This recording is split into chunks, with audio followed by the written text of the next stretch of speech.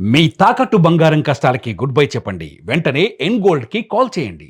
Hello and welcome to it's UTV. నేను ప్రముఖ. జనరల్గా మనం చేసే చాలా పెద్ద తప్పు, మనం పట్టించుకొని ఒక పెద్ద తప్పు ఏంటంటే టీత్ మీద మనం కాన్సన్ట్రేట్ చేయకపోవడం. ఓకే, మార్నింగ్ లేసాం, అలా బ్రష్ చేసేసుకున్నా అయిపోయింది కదా అనుకుంటాం. కానీ అది ఎంతవరకు క్లీన్ అయ్యింది, ఎన్ని జర్మ్స్ ఉన్నాయి, దానివల్ల ఎలాంటి బ్యాక్టీరియా ఫామ్ అవుతుంది, రేపు పొద్దున అది టీత్ డిసీజెస్ ఎలాంటివి వస్తాయి అని కూడా మనకు తెలీదు.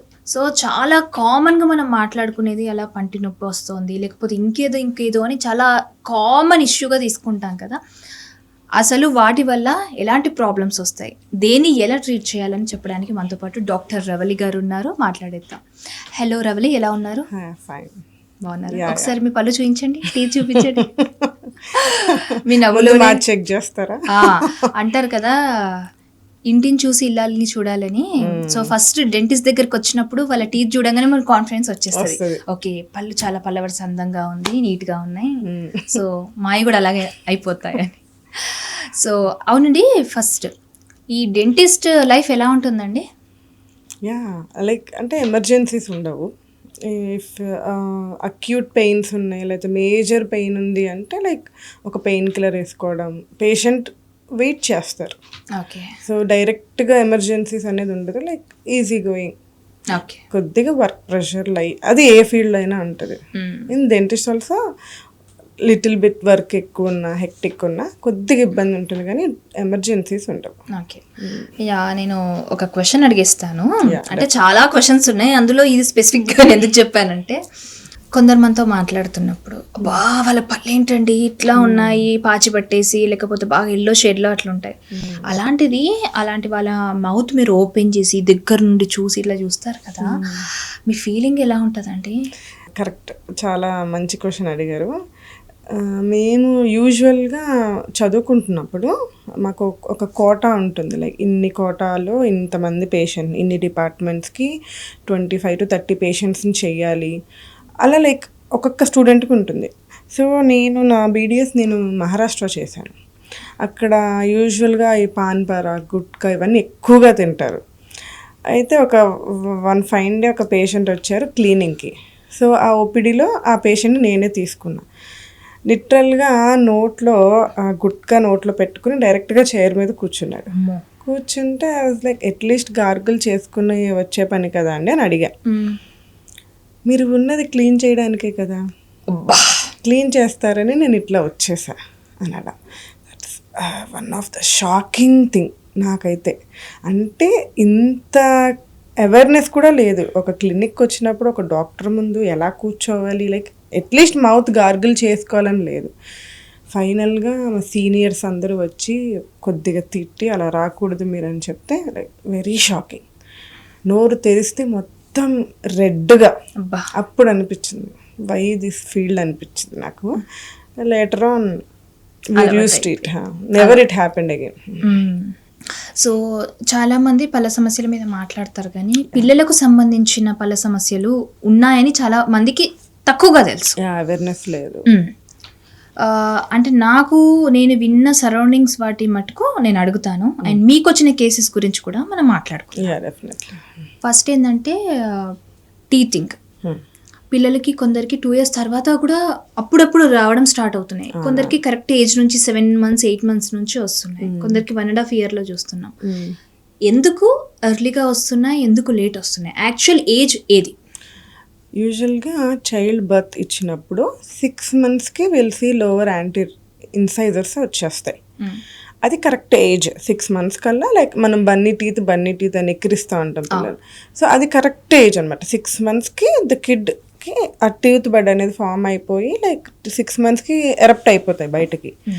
ఇప్పుడు నవ్వేడేస్ మనం చూస్తుంది ఎక్కువ అంటే చాలా డిలేడ్. ఇప్పుడు 1 year అయినా కూడా ఒక టీత్ కూడా రాకపోవడం అట్లాంటివి జరుగుతున్నాయి. బికాస్ జెనెటిక్ ఇన్వాల్వ్ అవుతుంది అండ్ గ్రాడ్యువల్గా మన జనరేషన్ కూడా మారుతుంది. సో లేట్గా రావడం అనేది కామన్ అయిపోయింది. ఫస్ట్లో టైంకి వచ్చేసాయి, ఇప్పుడు లేట్గా రావడం, ప్రతి కిడ్కి ఫస్ట్ బర్త్డే అయినా కూడా రాకపోవడం అనేది ఇట్స్ క్వైట్ కామన్ అయిపోయింది. సో లేట్గా రావడంతో ఏంటి, లేట్గా ఊడతాయి. సో లేట్గా ఊడడం వల్ల పర్మనెంట్ వచ్చేది మాత్రం కరెక్ట్ కరెక్ట్గా టైంకి వచ్చేస్తుంది. ఓకే. సో ఇదేంటంటే కొద్దిగా పేరెంట్స్ మానిటర్ చేసుకుని డిలేడ్గా ఊడుతున్నాయి లేకపోతే పర్మనెంట్ టీత్ ఆల్రెడీ లోపల నుంచి ఎరప్ట్ అయిపోతున్నాయి అని తెలిసినప్పుడు డెంటిస్ట్ దగ్గర తీసుకొస్తే will look into it fit mandatory అయితే will remove the milk teeth అనమాట. ఓకే. ఓకే. అంటే నేను చూసిన వాళ్ళల్లో 7 monthsకి ఒక పాపకు వచ్చేసాయి అండ్ ఇంకొక బాబుకి 1 year అయిపోయిన తర్వాత ఒక 3 monthsకో ఏమో అప్పుడు రావడం స్టార్ట్ అయ్యాయి. వాళ్ళ మదర్ విపరీతమైన టెన్షన్ పడడం, సో అందరినీ కనుక్కోవడం మీ బేబీకి వచ్చినాయా, మీ బేబీకి ఎప్పుడు వచ్చినాయని. సో తను ఇలాగ మీ దగ్గరికి డాక్టర్ దగ్గరికి రావడం, కన్సల్ట్ అవ్వడం ఇలా. అసలు ఇంకొక విషయం ఏంటంటే సెకండ్ బర్త్డే అయిపోయిన తర్వాత బేబీకి అప్పటికి కూడా 2 teeth ఉన్నాయి. నేను డైరెక్ట్గా చూసినప్పుడు చాలా మెత్తగా చేసి పెడుతుంది. ఏంటండి 2 ఏళ్ళు వచ్చాయి కదా అంటే పళ్ళు రాలేదండి అని. ఇప్పటికే ఆ అమ్మాయికి ఇంకా సగం టీతే ఉన్నాయి. ఇది కంప్లీట్గా జెనెటికల్ ఉంటుందండి. జెనెటికల్ అంటే ఎలాంటివి? లైక్ మదర్కి 4 fathersకి కానీ ఇట్లా లేట్గా రావడం, లేకపోతే వాళ్ళ 4 fathersకి లేట్గా అలాంటివి ఏమన్నా ఉంటే లైక్ ఆబ్వియస్గా DNA క్యారీస్ కాబట్టి కిడ్స్కి కానీ మన వాళ్ళకి కానీ వాళ్ళకి వీ కెన్ సీ. ఇది అందరి కిడ్స్లో అప్లికబుల్ అంటే కాదు. లైక్ 100లో ఒక 10 members చూడొచ్చు. కాల్షియం ఇష్యూస్ వల్ల డెవలప్మెంట్ ముందు టీత్ వస్తేనే కదా మనకి కాల్షియం అనేది ఉంటుంది. సో జెనెటికల్గా బాగా ఇన్వాల్వ్ అవుతుంది. అండ్ డ్యూరింగ్ ప్రెగ్నెన్సీ మదర్ ఎటువంటి స్ట్రెస్ యాంగ్జైటీకి ఏమన్నా ఫీల్ అయితే మాత్రం ఇవన్నీ ఇది లైక్ కాంజనైటల్ అనామలీస్ అంటారు. పుట్టుకతోనే వచ్చేవి ఈ కాంజనైటల్ అనామలీస్ అంటారు.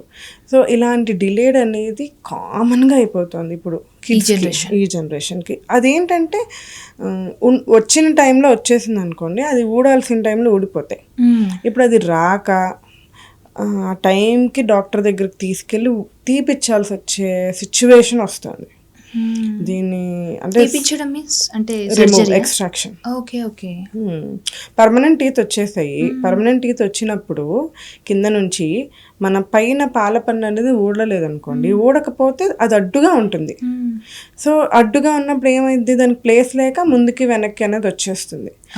సో అలా వంకర పళ్ళు, ఈ మాల్ అక్లూషన్స్, మాల్ అలైన్మెంట్స్ ఇవన్నిటికీ రావడానికి కారణం. ఓకే. ఓకే. చిన్నప్పటి నుంచి we need to be very ప్రిసైజ్గా మానిటర్ చేసుకుంటూ ఉండాలి. ఓకే.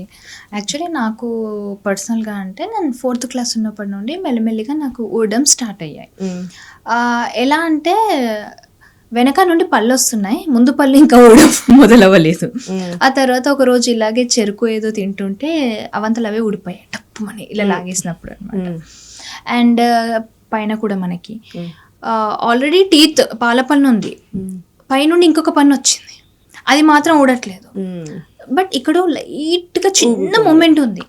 ఇంకా అది చూసాను నేను ఇలా అనేసి నా డిగ్రీ ఫస్ట్ ఇయర్లో తీసేసా ఇట్లా అనేసి. ఇలా ఏమైనా ఇన్ఫెక్షన్స్ వచ్చే ఛాన్స్ ఉంటుందా అంటే ఇప్పుడు ఇన్ఫెక్షన్స్ వచ్చే ఛాన్స్ అంటే ఇప్పుడు బ్రషింగ్ చేస్తున్నాం. బ్రషింగ్ చేస్తే ఈచ్ అండ్ ఎవ్రీ కార్నర్కి బ్రష్ వెళ్ళింది అనుకోండి, ఇన్ఫెక్షన్ ప్రోన్ అనేది తగ్గుతుంది. ఓకే. ఇప్పుడు మీకు 2 పళ్ళు పక్కనే వచ్చినాయి, బ్రష్ అనేది ఇంటర్డెంటల్గా వెళ్ళట్లేదు అన్నప్పుడు there is a chance food ఇరుక్కుంటుంది. ఆబ్వియస్గా తింటూ ఉంటాం. సో తిన్నప్పుడు ఫుడ్ ఇరుక్కున్నప్పుడు there is a highly chance of infection రావడానికి. ఓకే. సో అలాంటిది milk teeth.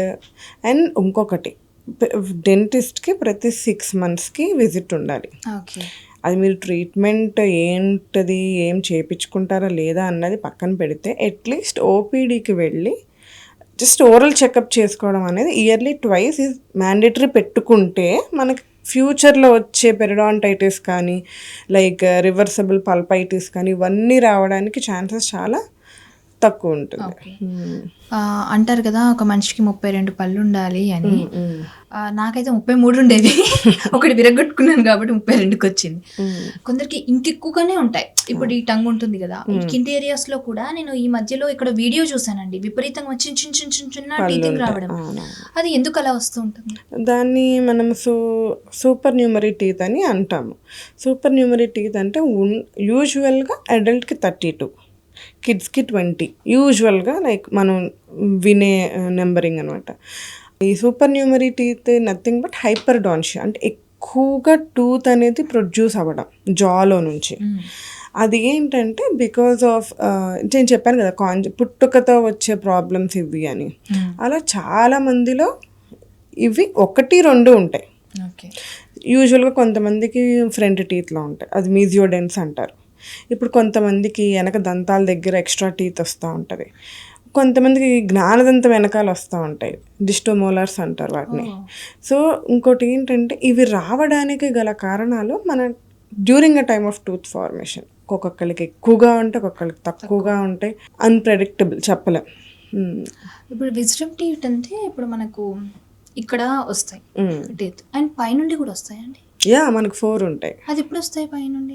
At the age of 17 to 25లో బయటకు ఎరప్ట్ అవుతాయి. ఒకవేళ రాకపోతే లోపలే ఉంటాయి, ప్రాబ్లం సైడ్ ఎఫెక్ట్స్ ఏముండదు. ఇప్పుడు బోన్లోనే ఉండి చిగురు కవర్ అయిపోయింది అనుకోండి, మనం ఫుడ్ తింటున్నాం, ఆ చిగురు కవర్ అయిపోయి ఉంటుంది కాబట్టి దానికి డిస్టర్బెన్సెస్ ఏమి ఉండవు. అలా కొంతమందికి కోరదంతాలు అంటే కెనైన్స్ అంటారు, కోరదంతాలు కూడా బోన్లోనే ఇంపాక్ట్ అయిపోయి ఉంటాయి, కిందకి రావు. ఇక్కడ ఈ కెనైన్స్ అవి లోపల బోన్లోనే ఇంపాక్ట్ అయిపోయి ఉంటుంది, బయటికి రాదు. దాన్ని మనం అవకాశం ఉంటే ఆర్థోడాంటిస్ట్ ఈ ఆర్థోడాంటిక్ ట్రీట్మెంట్స్ వల్ల తీస్తారు, చిన్న మినీ ఇంప్లాంట్స్ వేసి బయటకు లాగే అవకాశం ఉంది. ఇఫ్ పేషెంట్కి ఏమీ ప్రాబ్లం లేదు, ఇబ్బంది లేదు అన్నప్పుడు బోన్లో ఇంపాక్ట్ అయిన కెనైన్స్ అలానే ఉంటాయి. సో దానివల్ల బయటికి రాని పళ్ళకి ఇబ్బంది ఏమి ఉండదు. మనకి ఇక్కడ టీతింగ్ వస్తూ ఉన్నప్పుడు విజ్డమ్ టీత్ కొందరిలో మెల్లిగా ఇయర్ పెయిన్ స్టార్ట్ అవుతుంటుంది, స్టార్టింగ్ స్టేజెస్. అదంతా ఎందుకు జరుగుతూ ఉంటుంది? ఇప్పుడు ఫీవర్ ఉంటుంది కొందరికి ఒక 2-3 days. డెఫినెట్లీ. ఇప్పుడు 17 to 25 yearsలో రావాలి, కొంతమందికి 25 years దాటినా కూడా రాదు. ఆఫ్టర్ 25 ఎరప్షన్ అనేది స్టార్ట్ అవుతూ ఉంటుంది.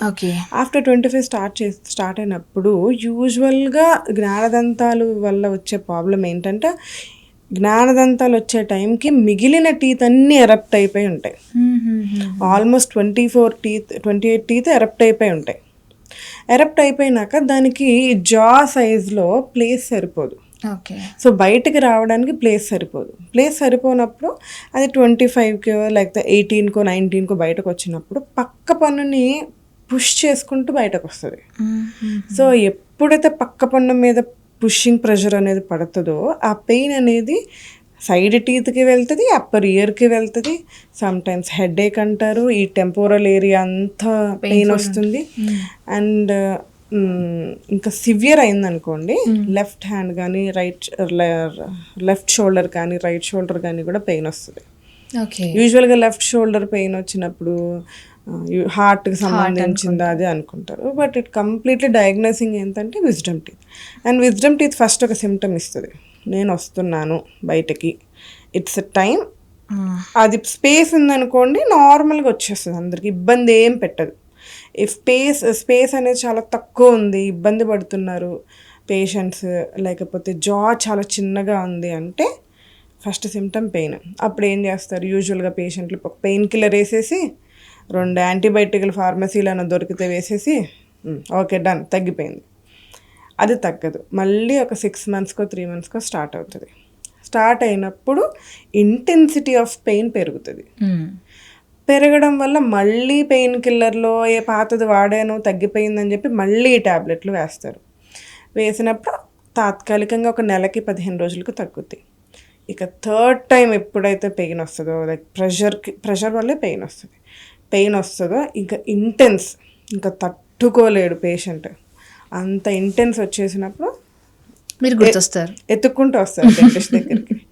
సో యూజువల్లీ పేషెంట్కి అంత ఇబ్బంది అయినప్పుడు డాక్టర్ ఏం ప్రిస్క్రైబ్ చేస్తారంటే ఎక్స్ట్రాక్ట్ చేసేసుకోండి, లేకపోతే ఆ ప్రెషర్ అనేది పక్క పళ్ళ మీద పడి అవి కూడా పెయిన్ స్టార్ట్ అవుతాయి. ఓకే. అంటే కొందరిలో ఎలా చూస్తామంటే అసలు ఎలా వచ్చాయో కూడా వాళ్ళకే తెలియదు, ఓ నాకున్నాయా అని అంటారు. ఇలా విజ్డమ్ టీత్ చాలా మందికి ఐడియా ఉండదు. ఫర్ ఎగ్జాంపుల్ నాకు చెవు నొస్తుంది అని అనుకున్నప్పుడు ఎందుకు చెవు పోటు అంటారు, నాకు లైఫ్లో ఎప్పుడు జరగలేదు కదా, నేను 19 ఉన్నప్పుడు ఎట్ ద ఏజ్ ఆఫ్ 19 అని అనుకున్నాను. తర్వాత ఫీవర్, ఇలాంటి చిన్న సౌండ్ కూడా నేను బేర్ చేయలేకపోవడం, అంత హారబుల్ ఉండేది 3 days అనమాట. అప్పుడు మా మదర్ అన్నారు, విజ్డమ్ టీత్ వస్తున్నట్టుంది నీకు అని అన్నారు. సో నాకు అలా ఐడియా ఉందన్నమాట.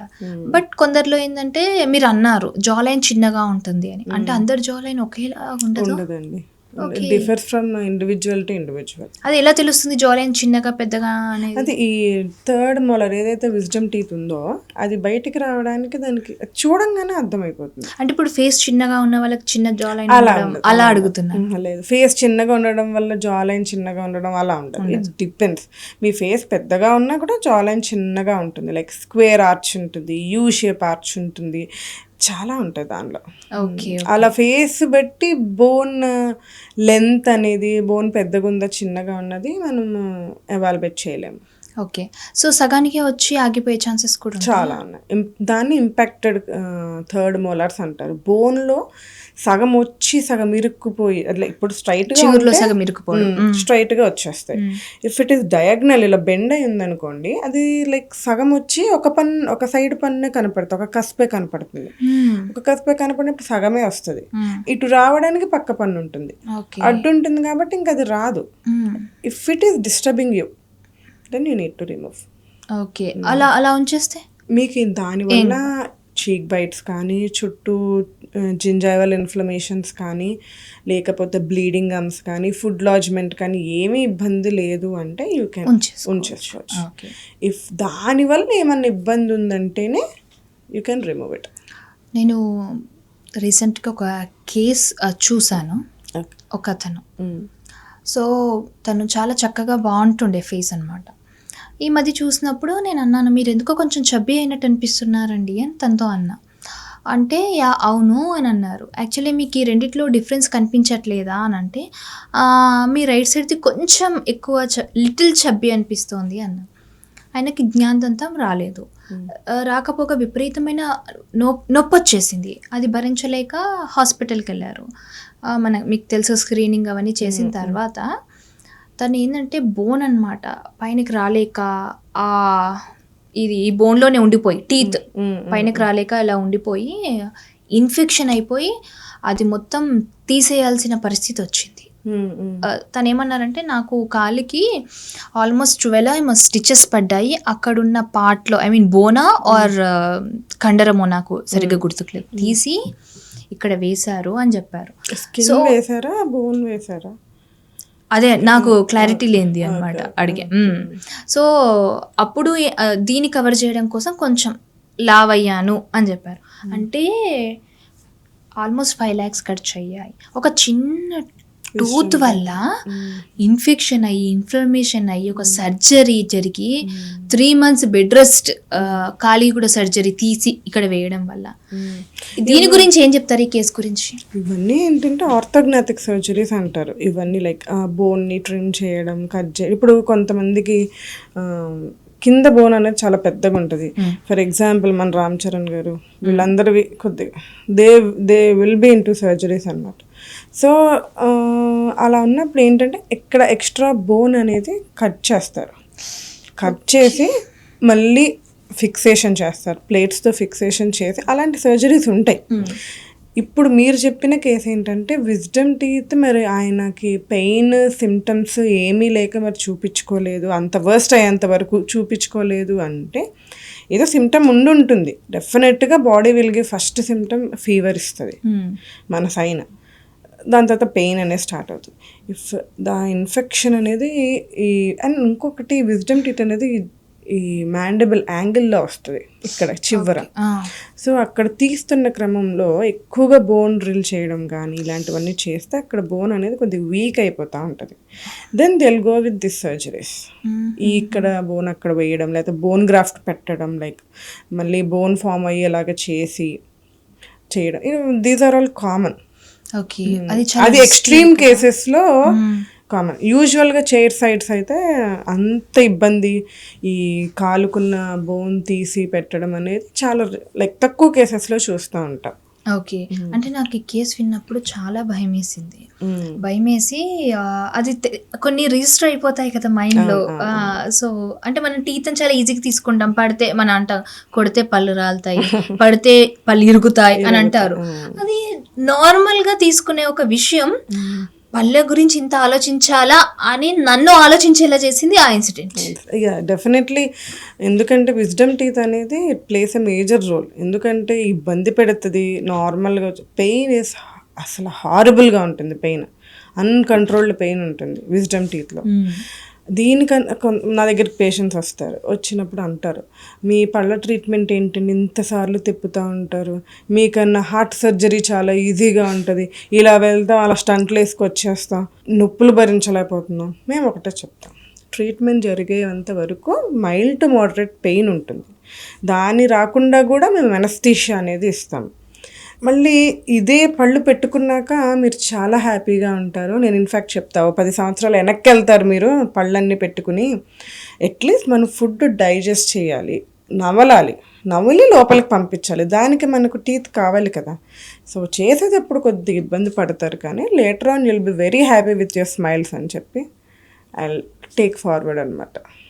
బ్రషింగ్ ఎలా చేసుకోవాలి, ఎన్ని నిమిషాలు చేసుకోవాలి, ఎన్నిసార్లు చేసుకోవాలి ఒక్క రోజులో? బ్రషింగ్ అంటే లైక్ వెరీ ఇంట్రెస్టింగ్ టాపిక్. నా పళ్ళు తెల్లగా ఉండాలి, నా పళ్ళు వైట్గా ఉండాలని చెప్పి బాగా ఫోర్స్ బ్రషింగ్ చేసేస్తూ ఉంటారు. అప్పర్ లోవర్ ఇట్లా సైడ్కి ఇలా చేసేస్తూ ఉంటారు. ఐ ఓన్లీ రికమెండ్, మీకు గూగుల్స్ ఉన్నాయి, యూట్యూబ్స్ ఉన్నాయి, just go through. Brushing techniques ఉంటాయి, వెళ్ళండి, చూడండి, యుల్ గెట్ అన్ ఐడియా. ఎలా పడితే అలా చేసేస్తే మనకి ఎనామిల్ అనేది వర్న్అవుట్ అయిపోతుంది. వన్స్ ఎనామిల్ వర్న్అవుట్ అయిపోయింది అనుకోండి, there you feel sensitivity. Why? Because the second layer of teeth బయటకు వస్తుంది. డెంటిన్, మనకి టీత్లో మొత్తం 3 లేయర్స్ ఉంటాయి, ఎనామిల్, డెంటిన్, పల్ప్ అని. ఎనామిల్ ఉన్నంత వరకు you doesn't feel any kind of sensitivity కానీ ఏది మీరు ఫీల్ అవ్వరు. ఇప్పుడు నార్మల్గా మనకి ఎలా ఉందో అలా ఉంటుంది. ఒక్కసారి ఎనామిల్ వేర్అవుట్ అయిపోయింది అనుకోండి, ఎనామిల్ లేయర్ అనేది వెళ్ళిపోతుంది లేకపోతే తక్కువ అయిపోతుంది అన్నప్పుడు పేషెంట్ ఫీల్ సెన్సిటివిటీ. ఎందుకంటే సెకండ్ లేయర్ ఎప్పుడైతే బయటకు ఎక్స్పోజ్ అవుతుందో అక్కడి నుంచి పేషెంట్ ఫీల్ సెన్సిటివిటీ. మనం బ్రషింగ్ చేసి ఎనామిల్ వర్న్అవుట్ అయిపోయినప్పుడు ఈ పేషెంట్కి సెన్సిటివిటీస్ కానీ అక్కడ అలా అంటారు, నాకు పళ్ళు జుమ్ అంటున్నాయి, పులుపు తినలేకపోతున్నా. సో ఒక్కొక్కళ్ళ బాడీకి స్వీట్ స్టిములై అనేది ఉంటుంది, స్వీట్ తీసుకోలేరు. హాట్ ఉంటుంది, హాట్ పదార్థాలు ఏమైనా తీసుకున్నప్పుడు జుమ్మని లాగడం. కొంతమందికి పులుపు, మేజారిటీ వచ్చేసి పులుపు అండ్ స్వీట్కి బాగా సెన్సిటివిటీగా ఫీల్ అవుతారు. బ్రషింగ్ అనేది మనం 2 minutes కన్నా ఎక్కువ చేయకూడదు with proper brushing techniques.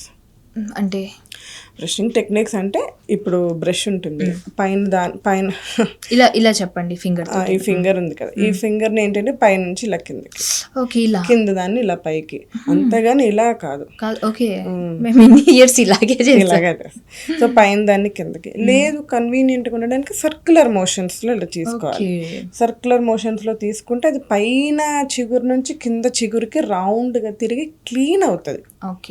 Circular మోషన్స్లో అలవాటు పడడానికి కూడా చెయ్యి ఇబ్బంది పడతారు. సో వన్స్ అది అలవాటు అయిందనుకోండి, కాన్షియస్గా మనం అలా చేసుకుంటామంటే అప్పర్ జింజావల్ లేయర్ నుంచి లోవర్ జింజావల్ లేయర్ నుంచి క్లీన్ అవుతుంది టీత్. ఇలా చేసేస్తే ఓన్లీ టీతే. What about the gum? చాలా మంది ఈ ముందు పళ్ళను కూడా ఇలా చేసుకోవాలి, వెరీ మైల్డ్గా చేసుకోవాలి. 2 minutes. నేను అదే చెప్తా పేషెంట్స్కి, don't increase the duration, increase the frequencies అని చెప్తా. లైక్ ఒకటికి 2-3 సార్లు చేయండి బ్రష్, కానీ 2 నిమిషాలు మాత్రమే చేయాలి. ఓకే.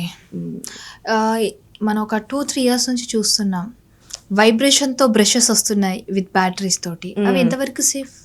It's safe. ఇప్పుడు హ్యాండిక్యాప్డ్ పీపుల్ ఉన్నారు, ఇఫ్ చిన్న పిల్లలు ఉన్నారు, వాళ్ళు ఏంటంటే అదే కాన్షియస్గా చేయరు, అలా ఇలా ఆడుకుంటూ చేస్తారు. సో ఇప్పుడు handicapped people like elderly people వాళ్ళకి ఏంటంటే చేతిలో అంత లైక్ స్ట్రాంగ్నెస్ లేక ఏదో నార్మల్గా, అలాంటి వాళ్ళకి ఎలక్ట్రిక్ బ్రష్ అనేది ఉపయోగపడుతుంది. బికాస్ హెడ్ అనేది రొటేటరీ మూమెంట్స్ ఉంటుంది. నేనేమన్నా ఇప్పుడు బ్రష్ సర్క్యులర్ మోషన్స్ అన్నా, సర్క్యులర్ మోషన్స్లో చేసుకుంటే neat. And same electric brush కూడా ఇలా రొటేటరీ మూమెంట్స్. సో ఇలా పెట్టుకున్నారనుకోండి, సో ఆ రొటేటరీ మూమెంట్స్తో క్లీన్ అవుతుంది. క్లీన్ అయినప్పుడు పేషెంట్కి కంప్లీట్గా ఓరల్ హైజీన్ అనేది మెయింటైన్ అవుతుంది. అండ్ ఒకటి కొంతమంది అడుగుతారు పేషెంట్ నన్ను, ఎలక్ట్రిక్ బ్రష్ బెస్టా, నార్మల్ బ్రష్ బెస్టా? Doesn't mean it is electric or it will be manual. మీ టెక్నిక్ అనేది కరెక్ట్గా ఉండాలి, దట్స్ ఆల్. అప్పుడు ఏంటంటే oral hygiene maintain. And 2 minutes 2 minutes కన్నా ఎక్కువ చేస్తే పళ్ళు అనేవి ఎరేడ్ అయిపోతాయి. ఓకే. కొందరు ఈ సౌండ్స్ చేస్తుంటారు పళ్ళతోటి, పళ్ళు నమలడం అంటారు, కొందరు పళ్ళు కొరకడం అంటారు. అది ఎందుకు చేస్తుంటారు? లైక్ టీత్ గ్రైండింగ్ అంటారు, లేదా టీత్ క్లెన్చింగ్ అంటారు. ఇవన్నీ ఏంటంటే కొద్దిగా సైకలాజికల్ డిసార్డర్స్. పిల్లల్లో కూడా నిద్రపోయేటప్పుడు, అదే నిద్రలో వింటుంటాం పిల్లలకి. అది మనము మెడికల్ టర్మ్స్ లో బ్రక్సిజం అంటాము. ఎందుకంటే వాళ్ళకి తెలియకుండా నిద్రలో అలా సౌండ్ చేసుకుంటూ కొరుక్కుంటూ వాళ్ళకి తెలియదు. అండ్ ఇంకొకటి మన ఇలా అని కాకుండా పిల్లల్లో గ్రైండింగ్ సౌండ్ అది ఎందుకంటే యూజువల్ గా మనము ఫీడింగ్ ఇస్తాం చిన్న పిల్లల్లో కన్సిడర్ చేసుకుంటే. 2 years బేబీ అయితే ఫీడింగ్ ఇస్తాం. ఫీడింగ్ ఇచ్చినప్పుడు వాళ్ళు అలా అఫెక్ట్ చేసి చేసి చేసి వాళ్ళకి అది హ్యాబిచ్యువేట్ అయిపోతూ ఉంటుంది. హ్యాబిచ్యువేట్ అయిపోయి నిద్రలో కూడా they start clenching like this. అది కొద్దిగా ఏజ్ వచ్చినాక రికవర్ అయిపోతుంది. ఇప్పుడు ఎల్డర్లీ పీపుల్ క్లెన్స్ చేస్తున్నారు, లైక్ గ్రైండింగ్ చేస్తున్నారు, కోపం వచ్చేస్తుందంటే పళ్ళు కొరికేస్తారు. అలాంటివి ఏంటంటే due to completely because of stress and anxiety. We need to control ఈ రెండు, సైకలాజికల్గా అండ్ స్ట్రెస్ రిలీవ్ చేసుకోవాలి అండ్ యాంగ్జైటీ ఫీల్ అవుతుంటే these are all leads to clenching. ఇప్పుడు మనకు కోపం వచ్చినప్పుడే కదా క్లెన్స్ చేస్తాం. అలా పెద్దవాళ్ళు కూడా నిద్రలో కూడా క్లెన్స్ చేస్తారు. ఆ చిన్నప్పటి నుంచి హ్యాబిట్ అనేది పోకుండా వాళ్ళకి హ్యాబిచ్యువేట్ అయిపోయి ఒక ఏజ్ వచ్చినాక వాళ్ళకి తెలియకుండానే అవుతుంది. పార్ట్నర్స్ ఎవరైతే ఉంటారో వాళ్ళు రికగ్నైజ్ చేస్తారు, నువ్వు నైట్ పూట ఇట్లా గ్రైండ్ చేస్తున్నావు, ఇలా కొరుకుతున్నావు, సౌండ్ వస్తుంది అని అలా చెప్తే కానీ తెలియదు. అలాంటప్పుడు ఏమైందంటే కంప్లీట్గా కొరికేసరికి ఎనామిల్ అనేది పోతుంది. ఎనామిల్ అనేది పోయి సైజ్ ఆఫ్ టీత్ తగ్గిపోతూ ఉంటుంది. ఎనామిల్ మంచిగా ఉన్నప్పుడు హైట్ కానీ ఇది కానీ ఉంటుంది. సో ఫస్ట్ సైన్ మనం చూసేది ఏంటంటే హైట్ తగ్గిపోతుంది టీత్ది. దానికి సిమ్టమ్ ఏంటంటే ఎనామిల్ పోతున్నట్టు. అండ్ ఇంకొక టీత్ అనేది ఉన్న కలర్ కన్నా yellowish-గా కనపడతాయి. అప్పుడు ఏంటంటే మన teeth colour completely depends of the enamel layer. ఇక డెంటినల్ లేయర్ అనేది కొద్దిగా yellowish to white ఉంటుంది. సో ఎనామిల్ పోతున్నప్పుడు సెకండ్ లేయర్ బయటపడినప్పుడు yellowish to white ఉంటుంది. అంటే ఇప్పుడు వాటర్ చేంజ్ అయితే కూడా వైట్ నుండి yellowish అవుతే అది వాటర్ చేంజింగ్ వల్ల అనుకోవచ్చా? వాటర్ చేంజింగ్ వల్ల కూడా అవ్వచ్చు. ఫ్లోరోసిస్ అని కూడా అంటారు. ఫ్లోరోసిస్లో ఏంటంటే ఎనామిల్ని డిఫెక్ట్ చేస్తుంది, ఎనామిల్ డిఫెక్ట్ ఉంటుంది. సో ఏంటంటే వైట్ ప్యాచెస్ లాగా ఇలా ఉంటాయి. కంప్లీట్లీ అట్రిషన్, అది గ్రైండ్ చేసేటప్పుడు వచ్చేది వేరు, ఫ్లోరైడ్ వాటర్ తాగడం వల్ల వచ్చే సిమ్టమ్స్ వేరుంటాయి. సో కొందరికి వాళ్ళ ప్రమేయం లేకుండానే పళ్ళు అరిగిపోతాయి. అది దాన్ని మనము రికవర్ చేయడానికి డెంటల్లో విల్ గివ్ స్ప్లింట్స్ అని ట్రీట్మెంట్స్ ఇస్తాం, నైట్ గార్డ్స్ అని ఇస్తాం. సో అదేంటంటే ఇప్పుడు నైట్ పూట గ్రైండ్ చేసే ప్రాబ్లం ఉందనుకోండి పేషెంట్స్కి, నైట్ గార్డ్స్ ఇస్తే ప్రెషర్ అనేది టీత్ మీద పడదు. అప్పర్ గార్డ్ లోవర్ గార్డ్ ఇస్తాం, అది రెండు పెట్టుకుని పడుకోమని చెప్తాం. అంటే ప్రెషర్ అంటే ఇప్పుడు మనం ఇలా పడుకుంటాం, ఇలా ఇప్పుడు డైరెక్ట్ టీత్ టు టీత్ పడింది అనుకోండి బాగా ఇబ్బంది అవుతుంది పేషెంట్స్ కి. అప్పుడప్పుడు జా పెయిన్స్ రావడం ఇలాంటివి కూడా ఉంటాయి because of the bruxism. So అలాంటి వాటిల్ని ఇప్పుడు ఈ టీఎంజే జాయింట్ మీద ప్రెషర్ పడడము అలాంటివి జరుగుతాయి. అవన్నీ రిలీవ్ చేయడానికి వీళ్ళు స్ప్లిన్స్, నైట్ గార్డ్స్, ఈ అప్లయన్సెస్ కొన్ని ఉంటాయి, అవి ఇస్తూ ఉంటాము. అవి ఏంటంటే it reduces the pressure on the జా bone as well as the teeth. It helps in the enamel burn out అవ్వకోకుండా అండ్ డెంటినల్ లేయర్ ఎక్స్పోజ్ అవ్వకోకుండా ట్రై చేస్తాం. కొందరు అంటారు పన్ను మీద పన్ను ఉంది అదృష్టం. సో ఇది ఎక్స్ట్రా టీతింగ్ కిందనే కన్సిడర్ చేయొచ్చు. It's completely called super న్యూమరీ teeth. ఈ పన్ను అంటే నాకు అదృష్టం, దట్ ఆర్ ఆల్ మిత్స్ అంతే. ఆ పన్ను వల్ల ఇంకా డ్యామేజ్ ఎక్కువ ఉంటుంది. అవునా? అంటే ఎలాంటివి? బ్రష్ వెళ్ళదు, లోపల రెండు పళ్ళు అతుక్కొని ఉన్నాయి, ఫుడ్ తిన్నది ఇంటర్డెంటల్ గా పన్ను లోపల వెళ్ళి ఇన్కార్పొరేట్ డిపాజిట్ అయిపోతూ ఉంటాయి. ఎంత బ్రష్ చేసినా క్లీన్ అవ్వదు. So there infection starts, there cavity starts. So ఒక పన్నుకు పెట్టాలి అంటే రెండు సైడ్కి ఉండడం వల్ల అది 2 పళ్ళ మధ్యలో తినేయడంతో ఆ పన్ను పోతుంది, ఈ పన్ను పోతుంది. అదృష్టం కాదు కదా, ప్రాబ్లమ్స్ వస్తాయి. ఓకే, కొందరికి గ్యాప్స్ అంటే కొందరికి ఏంటంటే ఒక టూత్ ఊడిపోయింది అనుకోండి, అలా వదిలేస్తారు, దానివల్ల గ్యాప్స్ రావచ్చు అని అంటారు. లేదా కొందరు న్యాచురల్గానే గ్యాప్స్ ఉంటుంది, వాళ్ళకి ఎలాంటి ట్రీట్మెంట్స్ ఉంటాయి, ఎందుకు గ్యాప్స్ వస్తాయి? న్యాచురల్గా గ్యాప్స్ అనేది 2 మెయిన్ క్రైటీరియాలో చూడొచ్చండి. ఒకటి మనకి ఫాదర్స్ మదర్స్ ఇన్వాల్వ్ అయ్యి కంప్లీట్ హెరిడిటరీ కూడా ఉంటుంది దీనిలో. హెరిడిటరీ ఉంటుంది. నెక్స్ట్ వచ్చేసి డ్యూరింగ్ ప్రెగ్నెన్సీస్లో ఆడవాళ్ళకి ఎస్పెషల్లీ ఇప్పుడు ఒక బేబీని ప్రొటెక్ట్ చేయడానికి లాట్ ఆఫ్ హార్మోన్స్ అనేది లోపల ప్రొడ్యూస్ అవుతాయి. టీత్లో అది ఎఫెక్ట్ ఏంటంటే స్పాంజీ గమ్స్ వచ్చేస్తాయి. మీరు ప్రెగ్నెన్సీ టైంలో అబ్జర్వ్ చేసుకోవచ్చు, లేడీస్కి కానీ వీళ్ళకి బ్లీడింగ్స్ ఎక్కువ అవుతాయి. యూజువల్గా మేడం బ్లీడింగ్ అవుతుంది, బ్రష్ చేసుకుంటే బ్లీడింగ్ అవుతుంది, టీత్ నుండి లేకపోతే గమ్స్ నుంచి, టీత్ నుంచి కదా గమ్స్ నుంచి బ్లీడింగ్ అవుతుంది, నాకు ఈ చిగుర్లు నొప్పిగా ఉన్నాయి. These are all because of hormonals దీనివల్ల. అండ్ యూజువల్గా ఆఫ్టర్ ప్రెగ్నెన్సీస్ మేము ఏమంటామంటే after giving birth to a child ఒకసారి క్లీనింగ్కి రండి. ఎందుకంటే ఈ 9 monthsలో అండ్ మదర్ ఫీడింగ్ ఆక్సిటోసిన్ అనేది హార్మోన్ రిలీజ్ అవుతుంది. దానివల్ల కూడా you'll find changes in the gum అనమాట. సో గమ్ స్పాంజీ అవ్వడం, అక్కడ నుంచి బ్లీడింగ్ రావడం, సో ఇవన్నీ మనము తెలియకుండా టీత్ కూడా చాలా సెన్సిటివ్ అనిపిస్తాయి. సెన్సిటివిటీ అంటే టెండర్నెస్గా ఉన్నట్టు అనిపిస్తాయి. So these are all the signs in the during pregnancies. So అలా ఉన్నప్పుడు కూడా క్లీన్ చేసుకోలేదనుకోండి, ఆ ఇన్ఫెక్షన్ అనేది పన్ను లోపల వరకు వెళ్ళి అక్కడ లిగమెంట్ని డ్యామేజ్ చేసి ఆటోమేటిక్గా పన్ను అనేది లూజ్ అవ్వడం, లేకపోతే గ్యాప్స్ రావడం. ఇప్పుడు గమ్మ టీత్ని టైట్గా పట్టుకున్నప్పుడే మనకి గ్యాప్స్ ఉండవు. ఎప్పుడైతే గమ్ ఈ స్పాంజీ గమ్స్ అవ్వడంతో టీత్ని ఇట్లా వదిలేస్తుంది. వదిలేసినప్పుడు ఆబ్వియస్గా ప్లేస్ పెరుగుతూ ఉంటుంది, అలా గ్యాప్స్ వస్తాయి. ఓకే, కొందరికి ఏదైనా టీత్ విరిగిపోయినా ఎక్కడన్నా పడి అలా వదిలేసిస్తారు, ఆ గ్యాప్ని ఫిల్ చేసుకోరు, దానివల్ల కూడా రిమైనింగ్ ఏవైతే ఉన్నాయో టీత్ గ్యాప్స్ వచ్చే ఛాన్స్ ఉందని విన్నా, నిజమా? నిజమే. ఇప్పుడు ఒక టీత్ వాట్ ఎవర్ దర్ దాని క్యావిటీగా వచ్చింది, లేకపోతే పిరియాపైకల్ ఇన్ఫెక్షన్సే వచ్చింది, ఒక డెంటిస్ట్ రిమూవ్ చేస్తారు. రిమూవ్ చేసినప్పుడు డెంటిస్ట్ కంపల్సరీ చెప్తారు ఇమీడియట్గా అది హీల్ అయిన తర్వాత రీప్లేస్మెంట్ చేసుకోండి అని. కొంతమంది ఏంటి అక్కడికి ప్రాబ్లమ్ సాల్వ్ అయిపోయిందని వదిలేస్తారు due to the several conditions.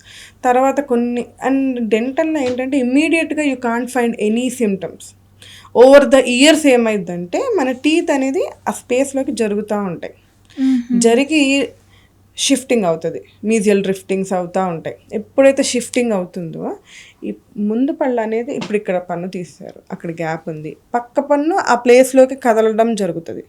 కదిలినప్పుడు ఈ పన్ను జరుగుతుంది, పైన పన్ను కూడా కిందకి జారడం జరుగుతుంది. ఇవన్నీ ఓవర్ ద ఇయర్స్లో you can find. Immediately symptom వచ్చింది అనుకోండి, పేషెంట్ వెంటనే అవేర్నెస్తో వస్తారు. ఇది ఇమ్మీడియట్గా జరగదు. ఓవర్ 2 years, 1.5 year, 3 yearsలో you can find this symptoms అనమాట. ఇంకా అప్పుడు వస్తారు, తీసింది ఒక పన్ను, ఇది జరుగుద్ది, వెనకది జరుగుద్ది, పైనది కిందకి జరుగుద్ది. సో మల్టిపుల్ టీత్ ఇన్వాల్వ్ అయిపోయి కేసు పెరిగిపోతుంది. ఓకే, సో ఎప్పుడైనా మనం పళ్ళ వరుసలో ఒక పన్ను తీసాము అంటే మ్యాక్సిమం మళ్ళీ ఇంకో పన్నుని ఫిక్స్ చేయించాలి. ఎందుకంటే మన ఆర్చ్ అనేది టైట్గా ఉండాలి. Upper arch and lower arch number of teeth ఏది ఉందని అది టైట్గా ఉండాలి. అన్ని టీత్స్ ఉన్నాయి అనుకోండి, మనకి మూమెంట్స్ అనేది వెరీ నెగ్లిజిబుల్ ఉంటాయి. ఖాళీగా ఫ్రీగా వదిలేసాము జరిగిపోతూ ఉంటాయి. ఓకే, సో ఈ క్యాప్స్ అంటారు కదండి, అంటే గ్యాప్స్ని ఫిల్ చేయడానికి కొందరు హీరోయిన్స్ కానీ చాలామంది నేను బయట చూశాను, కొందరికి చాలా అందమైన స్మైల్ ఉంటుంది, ఇలా ఓపెన్ చేయగానే కరెక్ట్ అలా గ్యాప్ ఉంటుంది, కాన్సన్ట్రేషన్ మొత్తం అక్కడికి వెళ్తుంది, దాన్ని మిడ్ లైన్ డయాస్టిమా అంటారు. ఓకే, వాళ్ళకి ఎలాంటి ట్రీట్మెంట్ ఉంటుంది? దానిలో మీకు ఇప్పుడు అడ్వాన్స్ చాలా వచ్చినాయండి. ఫస్ట్ పాతకాలంలో బ్రేసెస్ అని మీరు చూసే ఉంటారు, బ్రేసెస్ అని, స్టీల్ బ్రేసెస్ అని, సెరమిక్ బ్రేసెస్ అని చాలా ఉంటాయి. ఇప్పుడు అడ్వాన్స్ వచ్చేసి ఇన్విజిలైన్ అండ్ అలైనర్స్ ఇంకా చాలా ఉన్నాయి. అవి ఏంటంటే ఇప్పుడు పాతకాలంలో బ్రేసెస్ వాడితే మంత్లీ క్లినిక్ విజిట్ చేయాల్సి వస్తుంది. ఇవేంటంటే ఇన్విజిలైన్ కానీ అలైనర్స్ కానీ సెల్ఫ్ ట్రీటింగ్ అనమాట. మీరే ఒక 15 డేస్కి మార్చుకోవచ్చు, లేకపోతే 1 వీక్కి వాళ్ళు ఇస్తారు టైం స్పాన్, ఆ టైంలో మార్చుకోవచ్చు. సెల్ఫ్ ట్రీటింగ్ ఉంటుంది. ఓకే. సో మంత్లీ డెంటిస్ట్ని విజిట్ చేసి వైర్స్ని టైట్ చేయించుకొని అలాంటివి ఏమి ఉండవు. సెల్ఫ్ ట్రీటింగ్ ఉంటుంది. ఇంకొకటి ఈజీ మెయింటెనెన్స్ ఉంటుంది.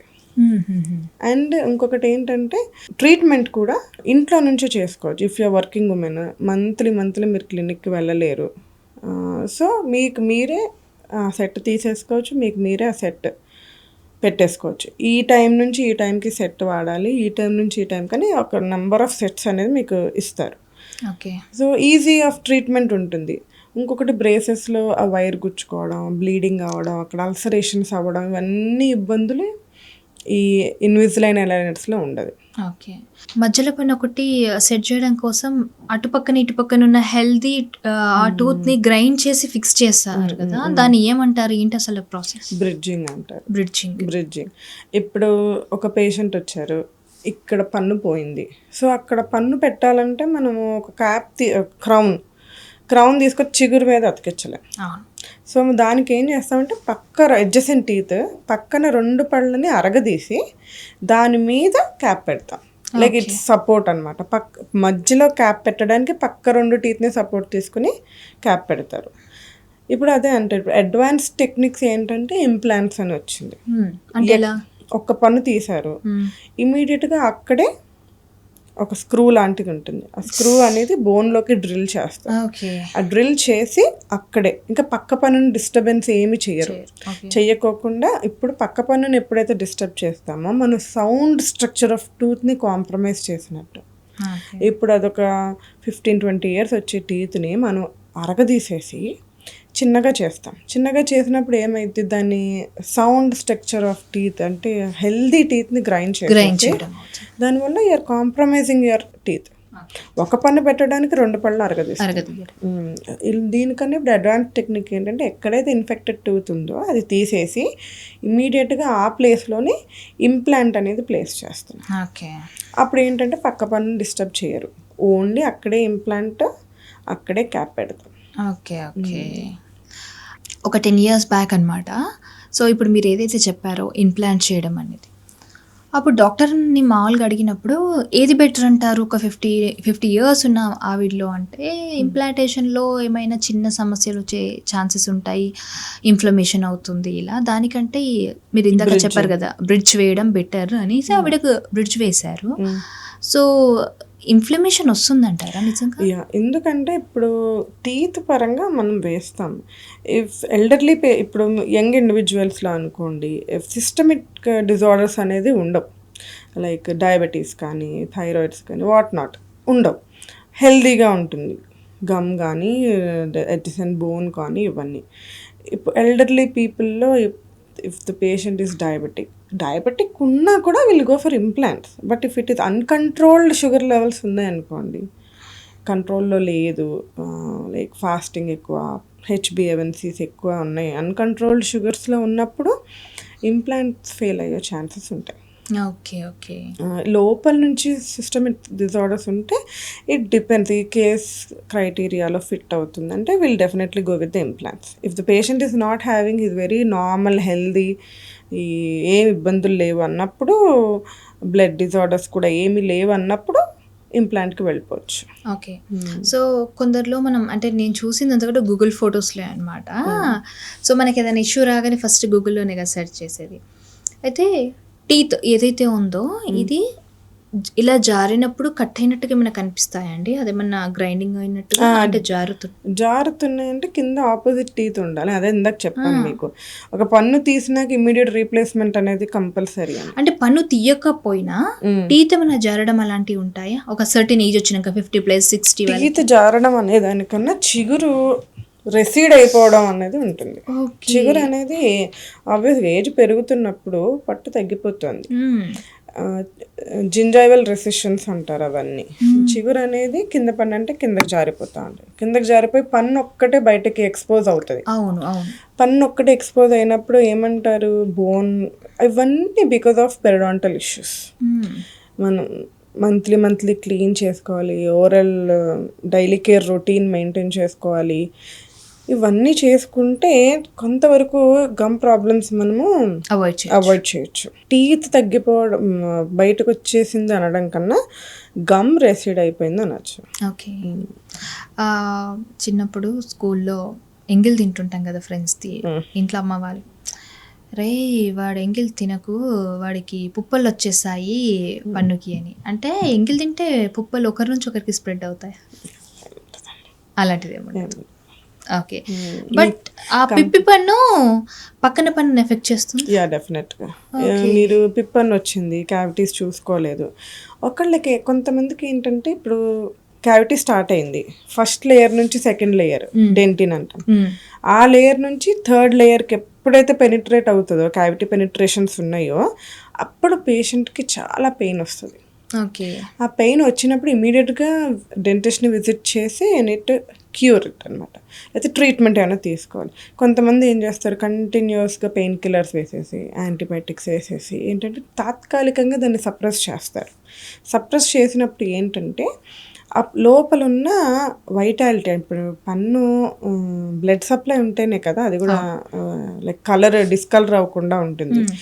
అదేం చేస్తుంది, కంప్లీట్గా పెయిన్ కిల్లర్స్ వేసేసరికి లోపల నర్వ్ ఉంటుంది, పల్పల్ ఏరియాలో నర్వ్ ఉంటుంది, ఆ నర్వ్ అనేది నెక్రోటిక్ అయిపోతుంది, డెడ్ అవుతుంది. డెడ్ అయినప్పుడు ఏంటంటే మనకి సిమ్టమ్స్ అనేది ఉండదు. ఓకే. ఇప్పుడు ఇంపల్స్ అనేది ఏమి ఉండదు. ఉండనప్పుడు ఏం చేస్తారు, ఆ పెయిన్ రాలేదు కదా అని పేషెంట్స్ వదిలేస్తారు. అది లోపల తినేసి ఇన్ఫెక్టెడ్ ఏదైతే ఏరియా ఉందో పక్కన పన్నుకి స్ప్రెడ్ చేస్తుంది. అప్పుడు పక్క పన్ను కూడా సైడ్ నుంచి డ్యామేజ్ అవ్వచ్చు, లేదా బోన్ లెవెల్ నుంచి డ్యామేజ్ అవ్వచ్చు. ఓకే. ఓకే. అంటే ఇప్పుడు స్టార్టింగ్లో ఇలా స్టార్ట్ అవుతుంది ఒక పిప్పి పన్ను ఉన్నప్పుడు, సో అంటే నేను ఎవరిలో చూసాను, అదే దాన్ని హోల్ చేయడం అదంతా అయితే చూసాను, దానిపైన సిమెంట్ అనో ఏదోనో, యాక్చువల్గా సిమెంట్ అంటారో కూడా నాకు తెలీదు, బట్ నాకు ఎవరైతే అడిగినప్పుడు అవి చెప్పిన ఆవిడ చదువుకోలేదు. సో యాక్చువల్లీ ఏంటి ఆ ప్రాసెస్ ఎందుకు చేస్తారు? సిమెంట్స్ అంటారండి. సిమెంట్స్ అంటారు. ఓకే. అంటే దీనికి వేసే సిమెంట్ కాదు కదా, డెంటల్ సిమెంట్స్. ఇప్పుడు టీత్ని లైక్ చిన్న మైక్రో హోల్ లాగా చేసి దానిలో సిమెంట్ పెట్టడం ఏంటంటే, ఇప్పుడు క్యావిటీ వచ్చింది, ఎక్కడైతే ఇన్ఫెక్టెడ్ క్యావిటీ ఏరియా ఉందో అదంతా క్లీన్ చేసేసి దానిలో సిమెంట్స్ పెడతారు. సో దట్ ఆ క్యావిటీ అనేది థర్డ్ లేయర్ వరకు వెళ్లకుండా, స్ప్రెడ్ అవ్వకుండా ఆపడానికి it acts as a barrier. So cements ఉన్నాయి. సిమెంట్స్లో కూడా లాట్ ఆఫ్ వేరియేషన్స్ ఉన్నాయి. లేజర్ సిమెంట్స్, ఇంకా లైక్ హై స్ట్రెంత్ సిమెంట్స్ చాలా ఉంటాయి. ఇప్పుడు అడ్వాన్స్ టెక్నాలజీలో కాంపోజిట్ సిమెంట్స్ అని ఉంటాయి. సో త్రూ లైట్ క్యూర్ అలా చేస్తూ ఉంటారు. ఓకే. సో కొందరు మాట్లాడుతున్నప్పుడు అంత దూరంలో ఉన్నాయినా మనం ఉండలేకపోతాం, విపరీతమైన బ్యాడ్ స్మెల్. సో ఏంటి అసలు అది బ్యాడ్ స్మెల్ని హాలిటోసిస్ అంటారు.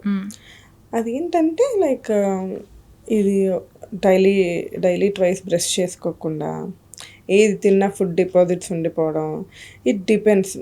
ఇప్పుడు కొంతమందిలో అంటారు పేషెంట్స్ నా దగ్గరికి వచ్చి, మా బాబు 2 పూట్ల బ్రష్ చేస్తాడు, మా పక్క బాబు ఏమో అసలు బ్రషే చేయడు, కానీ అసలు క్యావిటీస్ లేవు, మా బాబు రోజు చేసినా కూడా క్యావిటీస్ ఉంటాయి. మనము బ్రషింగ్ చేస్తున్నది డిసైడ్ చేయదు నీకు క్యావిటీస్ వస్తుందా లేదా అన్నది. నువ్వు ఏ కైండ్ ఆఫ్ ఫుడ్స్ తీసుకుంటున్నావు, అసిడిక్ ఫుడ్స్ తీసుకుంటున్నావా, లేకపోతే ఈ కార్బొనేటెడ్ డ్రింక్స్ తాగుతున్నావా, స్టిక్కీ ఫుడ్స్ తింటున్నావా, లైక్ మీల్ టు మీల్ మధ్యలో ఎంత గ్యాప్ ఇస్తున్నావు, లేకపోతే మధ్యలో ఏమైనా తింటున్నావా, దీస్ ఆర్ ఆల్ మ్యాటర్స్. ఏదో బ్రష్ చేస్తున్నాను క్యావిటీ అది మ్యాటర్ కాదు. నువ్వు what kind of food you are taking, నీ ఇంటేక్ ఎలా ఉంది, ఇంటర్వెల్ టైమింగ్స్ ఎలా ఉన్నాయి, అంటే గట్ కూడా డిపెండ్ అవుతుంది. గట్ ఇంకొకటి, నువ్వు స్టిక్కీ ఫుడ్స్ తిన్నారనుకో, స్టిక్కీ ఫుడ్స్ అనేది టూత్ సర్ఫేసెస్ మీద అటాచ్ అయిపోయి ఉంటుంది. స్టిక్కీ ఫుడ్స్ లో ఎలాంటి ఫుడ్ కన్సిడర్ చేయొచ్చు? చాక్లెట్స్, జంక్ కూడా, చాక్లెట్స్, జంక్, ఇవి ఇప్పుడు 5 స్టార్ చాక్లెట్ ఇలాంటివి, ఎస్పెషల్లీ ఇది క్యారమలైజ్డ్ టీత్ స్టిక్ ఇవి.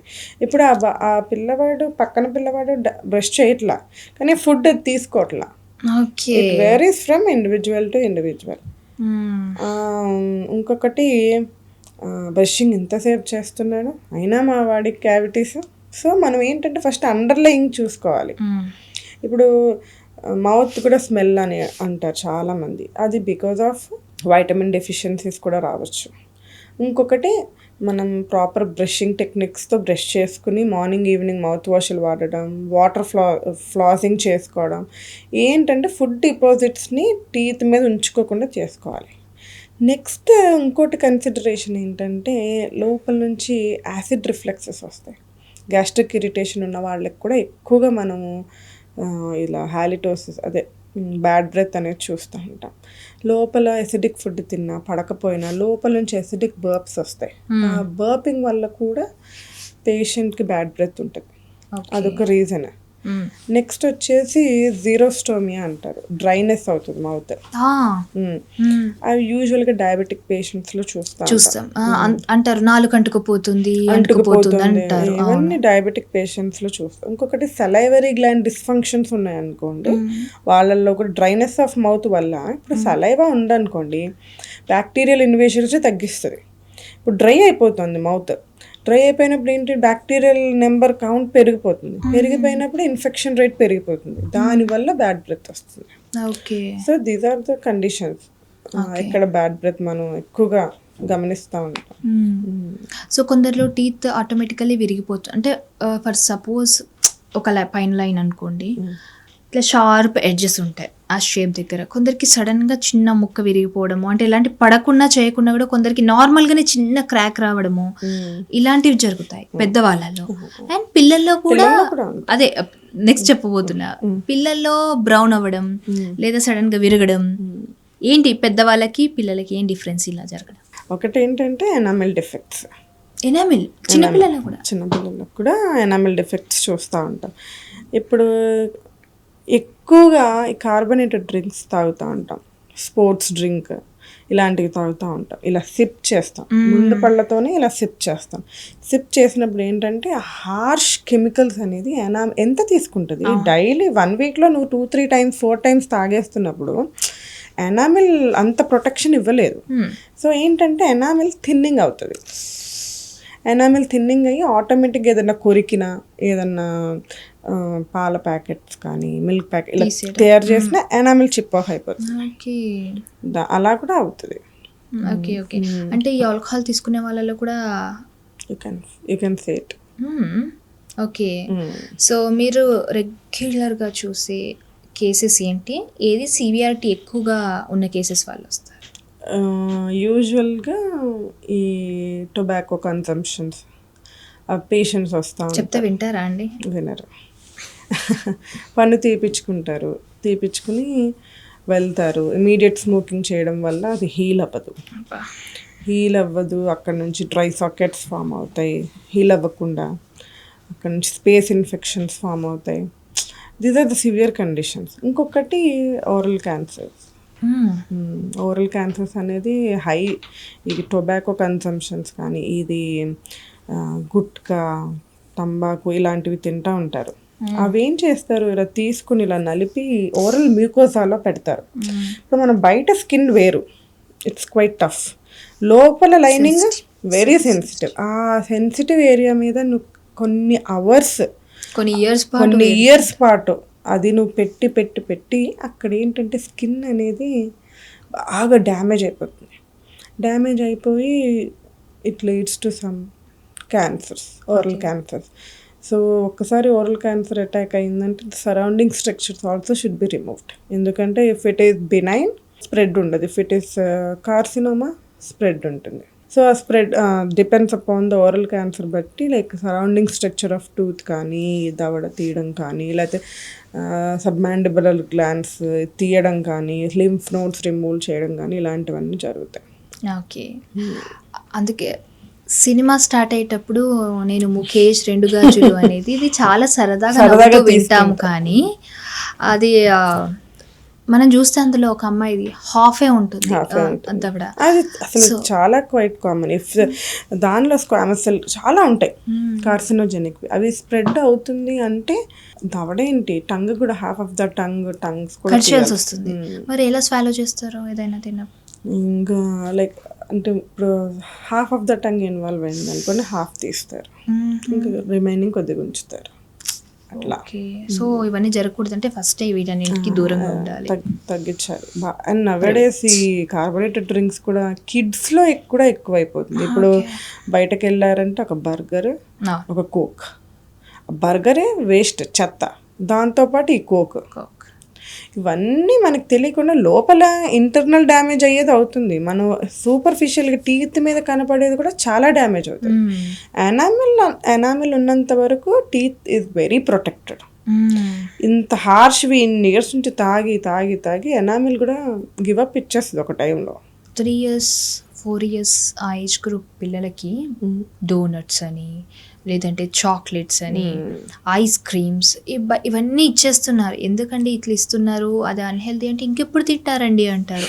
నేను అన్నాను ఆఫ్టర్ 5 years 6 years తర్వాత ఆబ్వియస్లీ మనం కొంచెం కొంచెం అలవాటు చేయొచ్చు కదా అని అంటే అట్లా కుదురుతుంది అంటారు. అట్లాంటి వాళ్ళు ఏం రియలైజ్ అవ్వాలో అది మీరు చెప్పండి, ఏ విషయంలో? అలాంటి వాళ్ళకి నేను ఇచ్చే సజెషన్ ఏంటంటే, మీ దగ్గర ఉన్నంత వరకు ట్రై, లైక్ 3 years 4 years వరకు మీ దగ్గర కిడ్ పెరుగుతుంది. అప్పటి నుంచే మీరు జంక్ అలవాటు చేయొద్దు.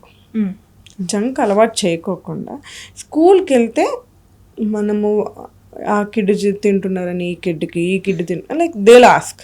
బట్ మన దగ్గర ఉన్నంత వరకు ట్రై టు అవాయిడ్ జంక్. ఆ జంక్ అవాయిడ్ చేయడం వల్ల పిల్లలకి తెలుస్తుంది what is healthy, what is unhealthy. So వాళ్ళ బ్రెయిన్లో చిన్నప్పటి నుంచి రిజిస్టర్ చేస్తూ ఉంటే కొంతవరకు వీ కెన్ అవాయిడ్. ఇది నిజం. మీరు చిన్నప్పటి నుంచి రిజిస్టర్ అన్న, నాకు చిన్నప్పటి నుంచి షుగర్ అనేది టేస్టే తెలియదు నాకు చిన్నప్పటి నుంచి. అంటే మా మదర్ పాలు పోసేది, మేము అలాగే తాగేవాళ్ళం. అంటే పాలంటే ఇష్టం ఉండదు ఎవరికైనా పిల్లలకి మోస్ట్లీ. సో అలా కళ్ళు మూసుకొని తాగేసేవాళ్ళం. తర్వాత కొంచెం పెద్ద కొద్ది ఏంటి చక్కెర వేసుకుంటారు ఆ పాలల్లో అంటే ఇప్పుడు మీరంటే నాకు అది గుర్తొచ్చింది. సో మనం పేరెంట్స్ ఏది అలవాటు చేస్తే దానికి అలవాటు పడతారు అనేది ట్రూ. అది మా ఫస్ట్ పిల్లల మైండ్ సెట్ మార్చాలి. ఇప్పుడు పక్కన వాళ్ళు తింటుంటే కూడా మనకి చెప్పాలి ఇట్స్ అన్హెల్దీ. సో అది మన పేరెంటింగ్ బట్టి కూడా చాలా మ్యాటర్ అవుతుంది. Burgers, pizza it's not healthy అని మీకు తెలుసు. సో మళ్ళీ వై కిడ్స్కి ఎందుకు ఇవ్వడం? పెద్దవాళ్ళం మనమే మైదా మంచిది కాదు, షుగర్స్ మంచిది కాదు అని అంటాం అట్లా.